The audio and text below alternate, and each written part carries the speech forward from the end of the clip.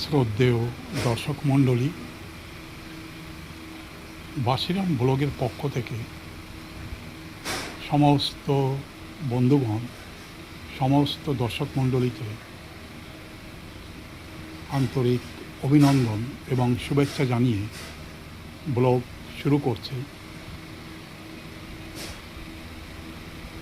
এই মুহূর্তে নেপালের পশুপতিনাথ মন্দিরে যে শিবলিঙ্গ অবস্থান করে আছে তারই একটি রূপ এটা। পঞ্চমুখী শিবলিঙ্গ, যার চারটি মাথা চারদিকে অবস্থান করে আছে এবং একটি মাথা উপর দিকে মুখ করা অবস্থায় অবস্থান করে আছে। নেপালে বিভিন্ন রাজ্য থেকে বিভিন্ন রকম দূরত্ব অতিক্রম করে এই নেপালের পশুপতিনাথ মন্দির দর্শন করা যায়। তার মধ্যে খুব সহজেই যারা যাত্রা করতে চাইছেন তারা দিল্লি থেকে ফ্লাইটে, কলকাতা থেকে এবং অন্যান্য রাজ্য থেকেও ফ্লাইটের সুন্দর ব্যবস্থা করা আছে। এখানে ফ্লাইটের মাধ্যমে গেলে কাঠমান্ডুতে অবতরণ করবার পরে সেখান থেকে খুব সহজেই এই ভোলেনাথ বা পশুপতিনাথ মন্দিরের দর্শন করা যায়।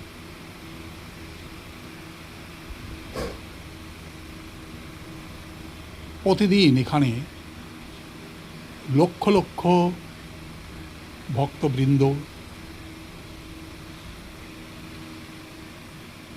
ভোলে বাবার আশীর্বাদ গ্রহণ করবার জন্য এই নেপালে পৌঁছে যান এবং পূজাপাঠ সম্পন্ন করে এই ভোলে বাবার আশীর্বাদ তারা গ্রহণ করে থাকেন। নেপালের বাগমতী নদীর কিনারেই এই পশুপতিনাথ মন্দির অবস্থিত। কবে বা কোন সময় এই মন্দির বা কে নির্মাণ করেছিলেন সে বিষয়ে স্পষ্টভাবে জানা যায় না। ভগবানের আশীর্বাদেই এই মন্দির নির্মিত হয়েছে। শোনা যায় বা কথিত আছে মহাভারতে কুরু পাণ্ডবের ভয়ঙ্কর যুদ্ধের পর পঞ্চপাণ্ডব এই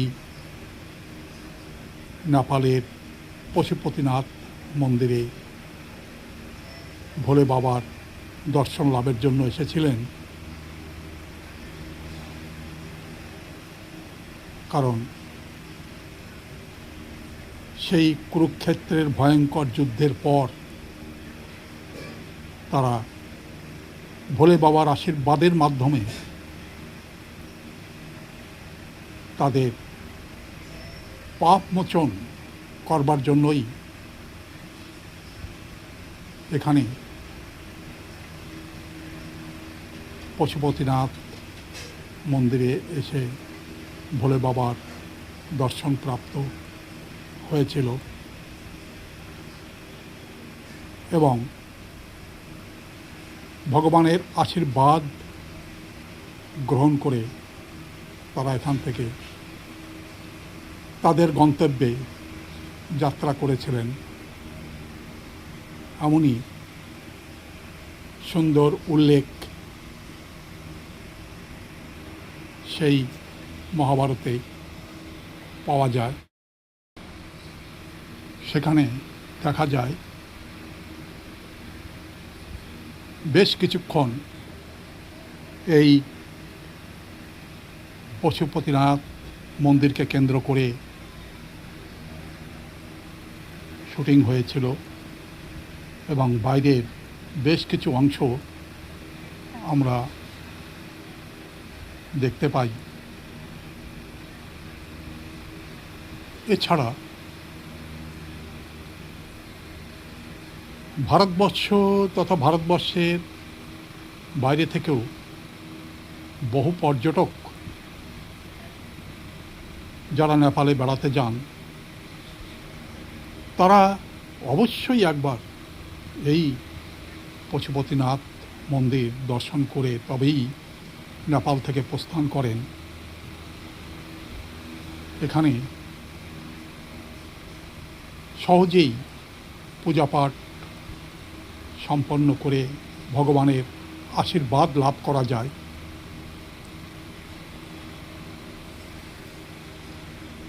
ওখানে পৌঁছানোর পর সেই পশুপতিনাথ মন্দিরে চত্বর থেকে ভোলে বাবার স্ফটিকের শিবলিঙ্গ এবং পূজা পর্ব সম্পন্ন করবার পরে ওই মন্দির থেকেই যে ফুল, বেলপাতা এবং অন্যান্য সামগ্রী, রুদ্রাক্ষ ইত্যাদি সংগ্রহ করে আনা হয়েছিল, সেগুলি ঘরে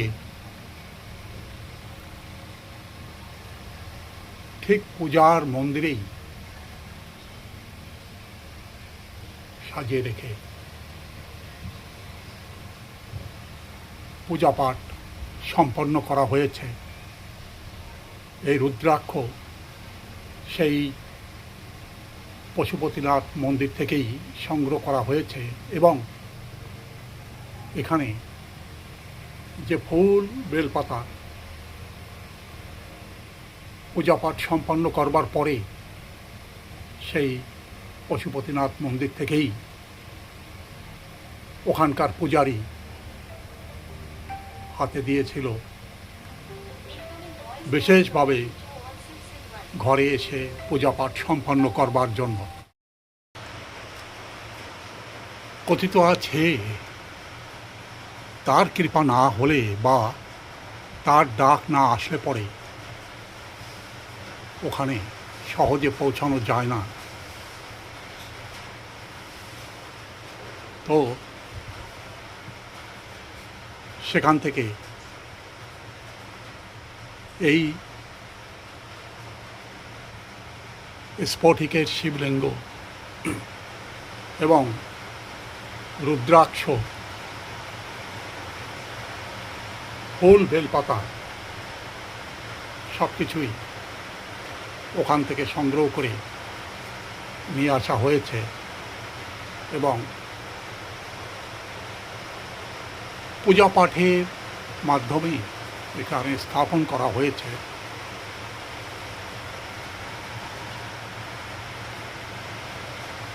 কত দূর থেকে সেই সুদূর নেপাল, সেখান থেকে এই সমস্ত অমূল্য জিনিস যা ভগবানের আশীর্বাদ প্রাপ্ত হয়ে ঘরে পৌঁছে গেছে।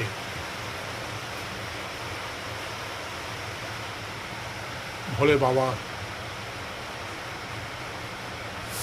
অগাধ কৃপা না হলে পরে হয়তো সম্ভব হতোই না। তারই কৃপায় এই দ্রব্যগুলো এখানে পৌঁছে গেছে।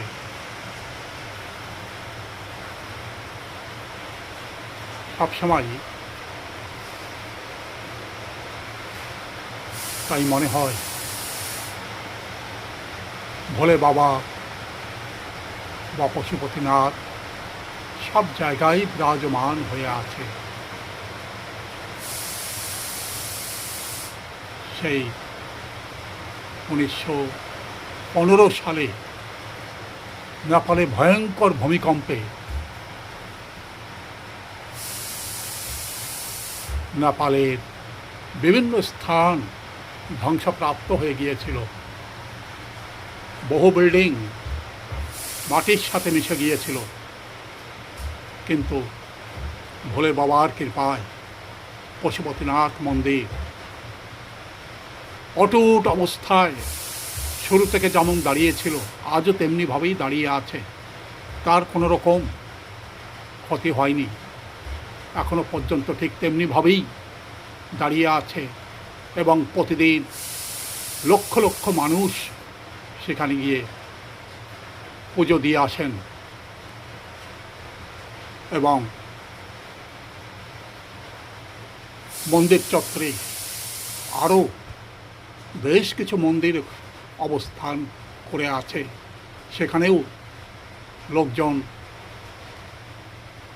পূজাপাঠ সম্পন্ন করে আসেন। সেখানকার অতুলনীয় পরিবেশ, সেখানকার সৌন্দর্য সব কিছুই যেন ভগবানের আশীর্বাদে প্রবাহিত হয়ে চলেছে, যার টানে প্রতিনিয়ত লক্ষ লক্ষ মানুষ সেখানে গিয়ে পৌঁছে যাচ্ছেন এবং ভগবানের আশীর্বাদ লাভ করে সেখান থেকে ফিরে আসছেন এবং তাদের জীবনকে যেন ধন্য ধন্য মনে করছেন। সেখানে যে নন্দী বা ভোলে বাবার বাহন অবস্থান করে আছে, কথিত আছে ভোলে বাবার মন্দিরে বা পশুপতিনাথ মন্দিরে পূজাপাঠ সম্পন্ন না করে তার দর্শন করতে নেই। পূজাপাঠ সম্পন্ন করবার পরেই তার দর্শন করাই সব থেকে শুভ বলে মনে করা হয়, অন্যথায় অশুভ বলেই গণ্য করা হয়। তাই যে সমস্ত ভক্তবৃন্দ ভবিষ্যতে পশুপতিনাথ দর্শনে বা ভোলে বাবার আশীর্বাদে যদি একবার আপনারা সেখানে পৌঁছাতে পারেন, অবশ্যই ভোলে বাবার মন্দিরে পূজাপাঠ সম্পন্ন করে তারপরেই নন্দে দর্শন লাভ করবেন। সেটাই সব থেকে মঙ্গলজনক বলে গণ্য করা হয়, এটাই কথিত আছে।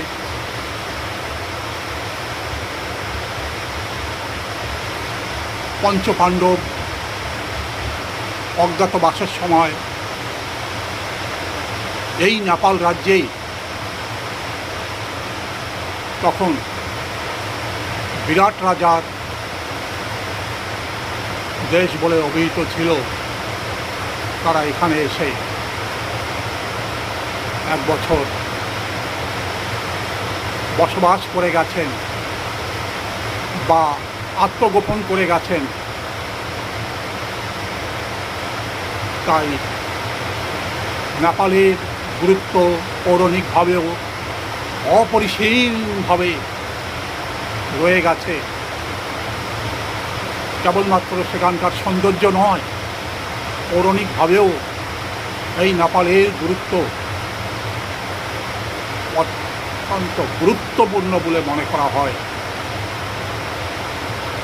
এবং অজ্ঞাতবাসের কঠিন সময় পঞ্চপাণ্ডব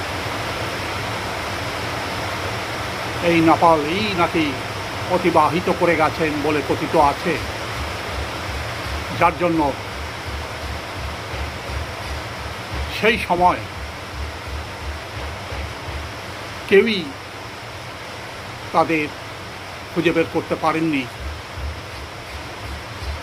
এবং নিরাপদে তারা অজ্ঞাতবাস সম্পন্ন করে তাদের নিজ রাজ্য হস্তিনাপুরে ফিরে এসেছিলেন।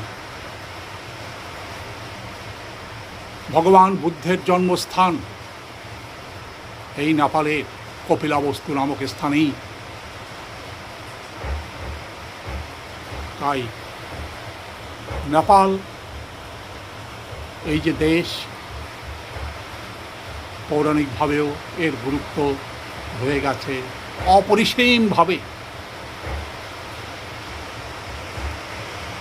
ভারতবর্ষ থেকে তাই প্রতিনিয়ত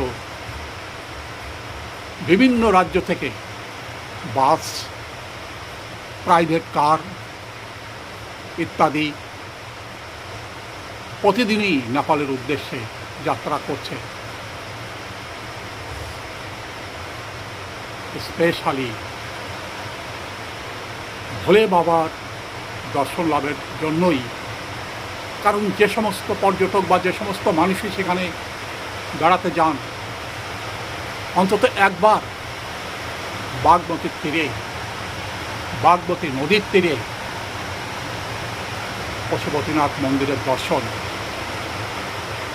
অবশ্যই তারা করে আসেন এবং ভোলে বাবার আশীর্বাদ প্রাপ্ত হয়ে থাকেন। নেপালে আরও বহু দ্রষ্টব্য স্থান রয়েছে। সেই সমস্ত দ্রষ্টব্য স্থান বা দর্শনীয় স্থান যে কোনো মানুষ খুব আনন্দের সাথে ভ্রমণ করে আসে এবং তাদের জীবনকে ধন্য ধন্য মনে করে।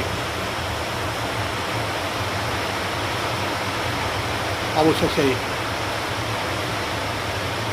সমস্ত মানুষের উপরে ভোলে বাবার আশীর্বাদ বর্ষিত হোক, এটাই কামনা করে এখনকার মতো ভিডিও শেষ করছি। ভিডিওতে যদি আপনি নতুন হন, দয়া করে একটা সাবস্ক্রাইব করবেন। ভিডিও আপনি কেমন দেখলেন দয়া করে লাইক, শেয়ার এবং কমেন্টস বক্সে লিখে জানাবেন। ভিডিওর শেষে সমস্ত বন্ধুগণ, সমস্ত দর্শক মণ্ডলীকে আন্তরিক অভিনন্দন এবং শুভেচ্ছা জানিয়ে এখানেই শেষ করছি। ধন্যবাদ।